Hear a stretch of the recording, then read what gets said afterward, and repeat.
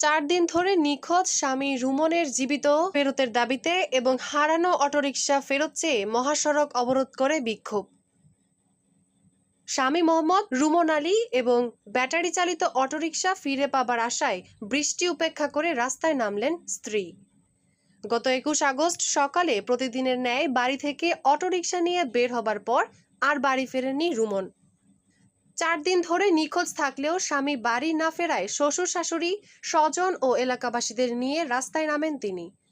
এদিকে চাঁপাইনবাবগঞ্জ সোনা মসজিদ মহাসড়কের পাইলিং মোড়ে মহাসড়ক অবরোধ করে বিক্ষোভ ও মানববন্ধন হওয়ায় উভয় পাশে 2 শতাধিক ট্রাক সহ বিভিন্ন যানবাহন আটকা পড়েছে।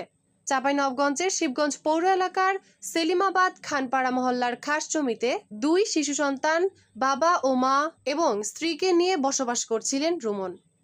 বাবা ও নিজের আয়ে গত মাসে একটি নতুন ব্যাটারি চালিত অটোরিকশা কেনায় কাল হলো রুমনের। স্বজনদের দাবি, একই এলাকার অসীম ও তার সহযোগীরা অটোরিকশাটি আত্মসাতের উদ্দেশ্যে রুমনকে অপহরণ করে। পরে পুলিশ অভিযোগ পাওয়ার পর অটোরিকশাটি উদ্ধার করতে পারলেও রুমনকে উদ্ধার করতে পারেনি। রুমনকে অটোরিকশা সহ জীবিত উদ্ধারের দাবি জানিয়ে দায়ীদের দৃষ্টান্তমূলক শাস্তি দাবি করেন।